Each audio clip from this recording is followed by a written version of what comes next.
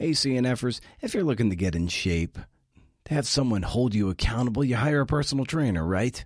Likewise, if your writing needs a spotter, consider letting me help you out. If you're working on a book, an essay, a query, book proposal maybe, and you're ready to level up, email me at brendan@brendano'meara.com, hey, and we'll start a dialogue. I'd be honored to help you get where you want to go. And also, we're dealing with a call for submissions right now for issue 4 of the audio magazine themed codes.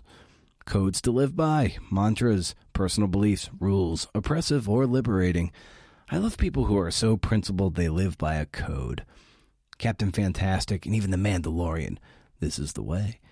Give me your best 2,000 words or fewer essays about codes. Email creativenonfictionpodcast@gmail.com with code in the subject lines. Simultaneous submissions are fine, but if you have your piece accepted by another publication, or maybe you're holding out for a more prestigious publication, let me know as soon as possible. This way I don't read and edit your piece, because I even give notes to rejected essays. What a guy. So if it's going to be taken elsewhere, I'd like to know so I don't waste my time. Deadline is October 31st. This is the way.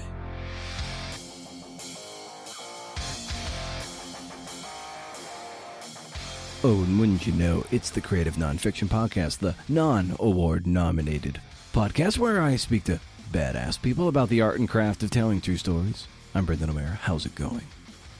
I want to remind you to keep the conversation going on Twitter @CNFPod or Instagram @Creative Nonfiction Podcast.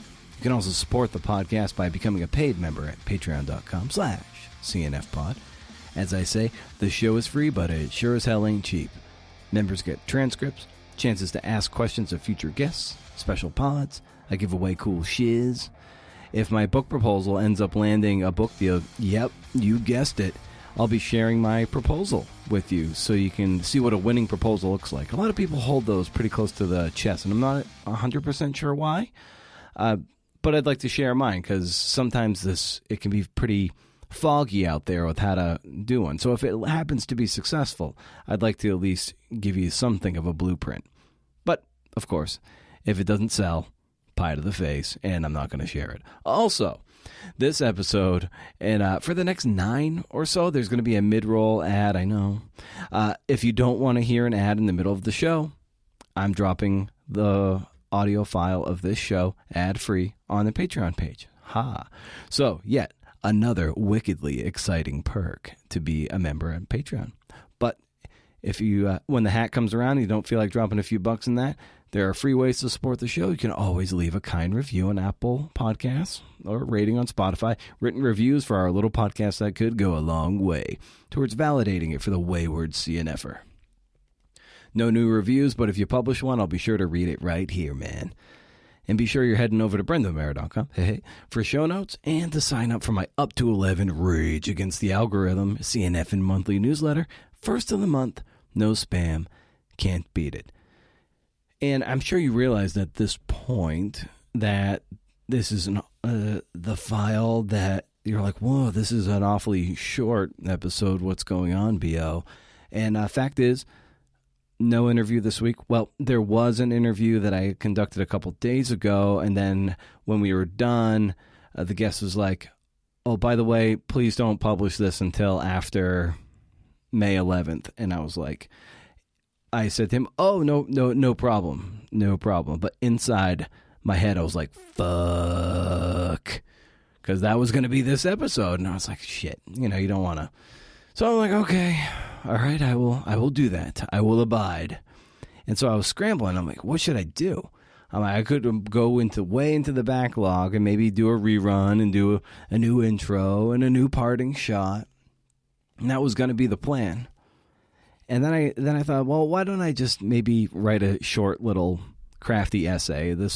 I wrote a very short version of this for the Rage Against the Algorithm Up to 11 CNF in the monthly newsletter. And so I decided to just blow a little more air into it. And this is what we're going to do. This little essay here about basically what chefs can teach us about writing, or at least how chefs have inspired me to become a better writer. So here we go. Listen, just discovered Top Chef, don't judge, on account of Peacock. I've always been inspired by chefs and how they go about the work. When I was watching Chopped several years ago, I remember one chef talking about how he was on onion duty. Can you imagine cutting onions for hours?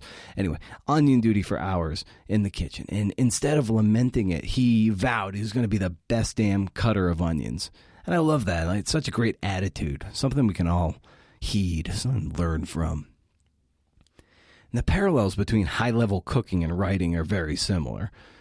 You know, we started watching season 18 instead of going all the way back of Top Chef because it's in Portland, Oregon. And why? Well, we live in Portland, so we jumped right into that. Spoilers of past winners be damned. And in the first episode, Richard Blaze, restaurateur, and one of the judges told the chefs to have, quote, authorship of their dishes. And another, Melissa King, said you have to edit your plates and choose what to leave on the plate and what to leave off. Sound familiar? Let's first unpack authorship. Something I always found mildly grating is when judges often say, like, I need to see more of you on the plate, or I don't get a sense of who you are in this dish. And when a chef nails it, they'll often say, like, I see this dish. When I see this dish, I see Shota, I see Dawn, or I see Gabe. And when I cook food, I mean, I'm putting together typically just a mosh pit of tofu, rice, and veggies. When I'm making my morning oatmeal, the highlight meal of my day, it doesn't exactly scream Brendan. So I'm always confused how a dish could be authored and how there's personality on it. But the more I think about it, the more it really makes sense. This gets to voice and style, doesn't it? Leah Flickinger, who was recently on the show, and she's a features editor for Runner's World, Popular Mechanics, and Bicycling Magazine. She said something that voice is a gift to the reader, and I love that.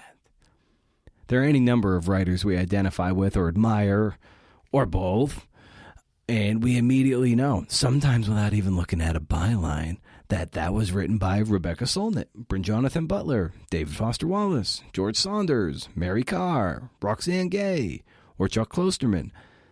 But that can be a double-edged sword, too. For instance, while watching Great British Bake Off for, at last count, the billionth time, Hank, Kevin, is that true? Yeah, it's true.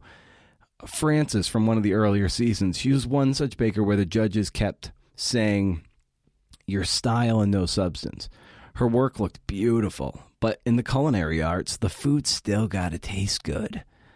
So these writers that I just mentioned, while they may wow us with how they compose their sentences and their thoughts, they still have to deliver a great story. And though we may imitate them and try to do that and try to elicit that feeling, it can be dangerous. Again, the food's got to taste good. And the only way you get there is by cooking a ton of food, reading a bunch of recipes, and then adding that little flourish that is wholly your invention. Same goes for writing, man. As Katya Savchuk said in a recent episode 313, she copies the work of David Grann word for word to warm up her fingers when she's got a big writing session. To get the rhythm of Grann's words in her brain, like following a recipe. If we read, and imitate, and my God, play a little, geez, have some fun. What is fun? We might serve up a dish that is identifiably us. Oh, this episode is brought to you by Athletic Greens. Listen, you've probably heard of these guys, and I have yet to try this product, but what I dig about them is that they're plant-based, which is important to me. Otherwise, this would be a non-starter. With one delicious scoop, you get 75. Wow, that's a lot, right? Right, Hank? 75 high-quality vitamins, minerals, whole food, sourced superfoods, probiotics, and adaptogens to help you start your day right. This special blend of ingredients supports gut health, nervous system, immune system, energy, recovery, focus, and aging. All the things. I'm excited to dig into this stuff because it's vegan. But if you're one of those keto bros, It's compliant and all that stuff, like paleo too. It also supports better sleep quality and recovery. So if you're an early riser, you can wake up fresher and ready to tackle your work or your workouts, whatever you want to do. I don't know. What else is pretty rad is in 2020, Athletic Greens purchased carbon credits that support projects protecting old growth rainforests. If you want to experience Athletic Greens, to make it easy, Athletic Greens is going to give you a free 1-year supply of immune-supporting vitamin D and 5 free travel packs with your first purchase. All you have to do is visit athleticgreens.com/emerging. Again, that's athleticgreens.com/emerging to take ownership over your health and pick up the ultimate daily nutritional insurance. Melissa King's note on editing was so great. I loved hearing her say you have to edit your plate. And this gets at the heart of what matters to presentation, what to leave in, leave out. I'll put sun-dried tomatoes on every pizza I make, like to the point where it's obnoxious. But maybe it's best to kill some of my tomatoes. Are they in service of the pizza? Sometimes jamming too much into a piece is overwhelming. It's distracting. It takes away from the forward propulsion of a story. No matter how much effort and work or reporting you put into a piece, you might have to slash that shit and let it fall. From what I understand, the producers at This American Life kill so many decent stories and parts of stories that the floor is littered with golden nuggets that are just all there by the dust bunnies. What's in service of the story? The dish. One more lesson we can take from cooks that help our writing is this idea of like the mise en place. This is all the prep that takes place so a chef can simply cook when the rush comes. All the veggies are chopped, the broths are made, the water is simmering, the ovens are preheated, the food's weighed out, the cutting board's clean, the knives are lined up, sleeves rolled up, so on and so on. Order. That's the practice. This is the non-glorious stuff that frees you up to let it rip. On a good day, I end my day by turning off my monitors and stowing away my mouse and keyboard and putting out my analog toys for the morning. My regular journals, bullet journals, some other notebooks I might be writing in, and it's clean and ready to go. Pencils are sharpened. There'll be a hot beverage. Some tap water is there. If I'm feeling really frisky, some bubble water. If I eventually need to kick over to the computer, I know I can fire it up. The mise en place is there, so when it's time to riff, we're ready to riff. Also, being a cook, it's a lot of grunt work. Out of the spotlight. We see cooking shows and we see celebrity chefs and we think this must be a glorious lifestyle, glamorous. But it's brutal. A lot of drinking, drugs, long hours. It is not glamorous. It's long, it's painful, it's draining, it's gutting work for very little pay. Sound familiar? As writers, we look on Twitter at the person who's touting this and that, and it's so obviously a flex that I'm often wondering, like, oh, you're basically boasting. Like, so why tweet that?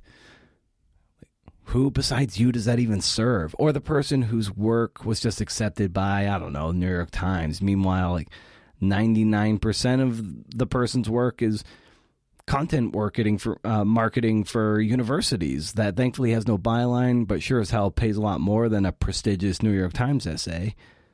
But it keeps the lights on. It's writing you don't tweet about, as Rachel Monroe and I once talked about. Or maybe you know someone who got a killer review and keeps getting features written about them, or they go on social and they say, wow, I can't believe how fast I got 2,000 email subscribers. And you're like, fuck, can we stop it with the damn pissing contest veiled as humble brags? You know, we never see the entire picture, and social media fans the flames of our insecurities. So what can we do to come back from that? We bring our love and our hearts to the work that matters, just like chefs do, for nourishment and because it brings us joy, ultimately. We seek out our ideal audiences in the hopes that we can bridge that connection. All we can do is lean into the work and control what we can control. Bring our authorship to our work and let it speak loudest. My sister always told me when it came to sports, I shouldn't have to tout how good I was, that my performance would speak for itself. And I think that's mostly true. So let's face the work and find inspiration whatever springs up. For me, it's often looking at chefs. And maybe for you, it's master gardeners. I don't know. Either way, personally, I can't wait to see what you come up with. And if this little crafty essay resonated with you in any way, feel free to email me or ping me on social at CNFpod.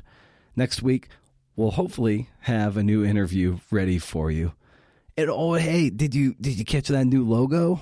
Thanks to Jesse Springer here in Eugene, #ShopLocal, for bringing the edge to the CNF Pod logo. That lightning bolt is killer. So, until next week, stay wild, CNFers, and if you can do, interview. See ya.